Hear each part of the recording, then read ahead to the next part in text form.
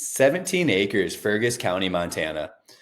My name's Miles McLaughlin. Our company is Wilco Land. And I'm going to walk you through this new 17 acre in Montana that we have. Like I said, located in Fergus County, near Lewiston. What we do is we buy and sell vacant land. We specialize in trying to give everyday people the opportunity to own America's greatest asset, and that's land. So as I go through this listing in this video, I want to touch on one big thing. It's access to this land. That's a question I'm getting right and left. We're getting a lot of leads on this property. It's a world-class property, in my opinion. It's prime elk habitat and prime hunting.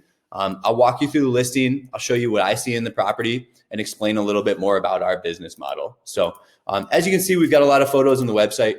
Welcome to check it out. I won't spend a ton of time looking at these. What I really want to get into is access and talking about this chunk of land. So giving you a quick bird's eye view of where we're at. Lewiston here, and then Fergus up there. So right around here, around a ton of BLM land in Judith Peak. And I'll pull it up here on Onyx Maps for you in a second. Let me get back to the listing and kind of walk through it. Like I said, some big selling points. I think this is prime elk habitat. This would be a great spot for an off-grid cabin. It's a great investment in the state of Montana. And again, a great hunting property. You're adjacent to all this BLM land, right? Judith Peak, Red Mountain. You can see it. Everybody's got eyes, right? And so this is our little chunk of land. I'll pull it up on Onyx Maps using the GPS coordinates, and I'll show you what we're looking at. The next thing I want to show you is there is Armel's Creek on the property. So you can see that's a great feature running through the land. So getting into more of the nitty gritty of this listing, like I said, it adjoins BLM land. We share a lot of information here when it comes to land use. What can I do with the property? Contact the county. They don't have a lot of restrictions here. So again, we ask buyers to do their own due diligence when it comes to land use, other things like that. So getting into the kind of the meat and potatoes of this conversation I want to have is access. So our photographer did get to the property, right? The road was open, Armel's Road. I've got the numbers here, and I kind of explain what I think about the road, and let me kind of walk you through it. So this will all be on the website, but my first thought is the title company told us there's a lack of access to this property, right? So I don't have a fancy document. I don't have an easement telling you, hey, you can sleep easy at night. Your access route from the north, the easiest access route, not your only access route. I'll get into other access routes. There's no recorded easement for whatever reason. There's land like this that exists all over the country that, for whatever the case, there's no recorded easements, right? And so how do you deal with that? So this is a very well-defined road on Onyx Maps, and it's actually maintained and very well traveled. So it goes through a local ranch here, the Gilpatrick Ranch, and it actually goes into BLM land. So it kind of appears it's a way for people to access BLM land. I don't know what the ramifications are on that, but I do know we don't have a fancy document telling you that you can show somebody, hey, I've got access through this road. I don't have that, and I'm selling it as is. The price, that's factored into the price of this listing. If I had that, this would be double the price. What does that mean for the next buyer? It means there's a lot of meat on the bone, potentially. A simple conversation with the neighbor. How do people deal with these things, right? So it could be a simple conversation with the neighbor. Hey, this road's been used since time and eternity. You can see it's very clearly well-defined. It's being used, and you can see it in the photos too. It's been used for a long time.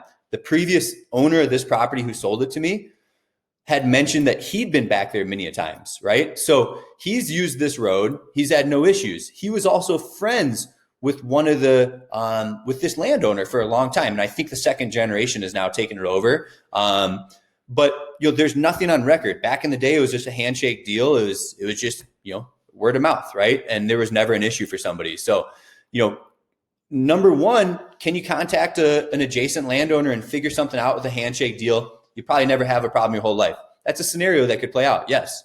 Do they ask for some sort of compensation? Yes, we'll give you access, but you have to pay us X amount every year for an easement, or a lump sum of X amount, a one-time payment. Things like that happen all the time.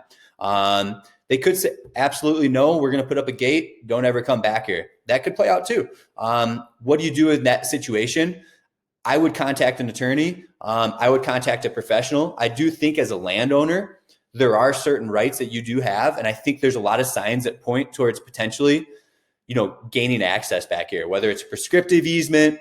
Again, I think my first conversation would be with an attorney here or with the adjacent landowner about gaining access. I do think there's a strong case, and a lot of signs point towards there, being access granted to this property.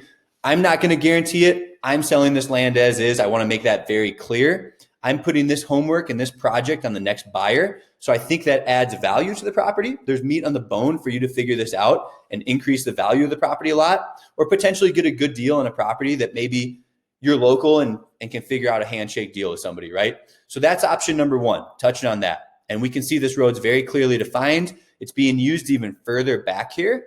And these roads back here are being used as well.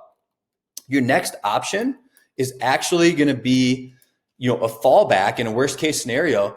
Down here from Maiden, there's a BLM road that gets you basically to the land, all through BLM land. So due to the fact that you're adjacent BLM lands, you do have access. You'll always have the opportunity to hike into this land and build an off-grid cabin and hunt. It's not traveled. Part of one of the pros is that there's not a lot of human influence back here. So when we talk about a hunting property, maybe you park up at Judith Peak, Red Mountain.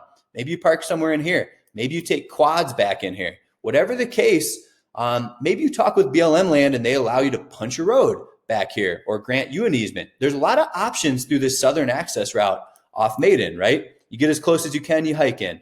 The less human influence, the better for hunting and different types of recreation. And let me show you, there's a lot of roads leading from this BLM side back here. So I have this property pulled up on Google Earth here. We can see this southern access route. This is all BLM land that we're looking at here. You can see Google Earth has a bunch of cool photos of the area. If you've never been back there, you can click around on these photos, right? But so this road coming in off BLM land, this is a really well-defined road, taking you back to Judith Peak and taking you back to Red Mountain, okay? And what I'm seeing here is a bunch of offshoots from that. You can see these are 2 tracks. This is a pretty darn well-defined. So if we come up here and drop down here, this is, again, we're on BLM land. We drop down here and we head to here, and we take this 2-track, actually goes all the way. You can see me following my mouse here. If we zoom in, it looks like this is being traveled, as we can see, right? And then it turns right here, right? And that comes around. This is really visible now, becoming more and more visible. And this comes and winds around here. Does that take you right into the land? Does it take you right on? You can't see with the tree coverage, but it almost looks like it kind of pops onto this road, which this is all BLM land. Everything I mapped out back here, all these little 2 tracks, all these offshoots from these this main BLM road from the south, that will access the property. Again, this is a less convenient route coming in from the south, but it's not that far. As the crow flies, let me kind of measure it out for you. Obviously, it's like, as I said, as the crow flies, but we're looking at about 3.5 miles, almost 4 miles as the crow flies here. So, and then if we look at the other access route from the north, if I cleared this, we're going to see, I think this is where it starts here and brings you through. Yep. So this other access route from the north, let's see how much shorter it actually is. Clearly it's easier and path of least resistance, but about 3.5 miles. So about the same distance. Again, when it comes to access, let me summarize this for you. Option 1, your easiest, most convenient access route. Can you work something out with a local landowner? If not, would an attorney solve the problems? Those are questions you're going to have to ask yourself, and you're going to have to start digging into. This land's being sold as is. Option number 2 is you do have access from the south. So there is access, a little bit less convenient, but again, a lot of folks are looking for off-grid property like this, and the harder to access, the less human traffic, which is actually positive for a lot of people. So, depending on what you're looking for in a land investment, I do see a lot of signs that point towards positive solutions when it comes to access to this property. Like we said, these roads coming back here come right into the property off BLM road. So you're accessing it from the south or the north. Your access route from the south is a little less convenient, it appears. Going to be more difficult in the winter months, I assume.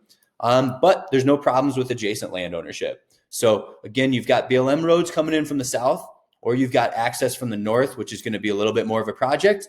But like I said, there's a lot of room, some meat on the bone with the property price to increase that value and equity in your investment if you can figure out some of these challenges.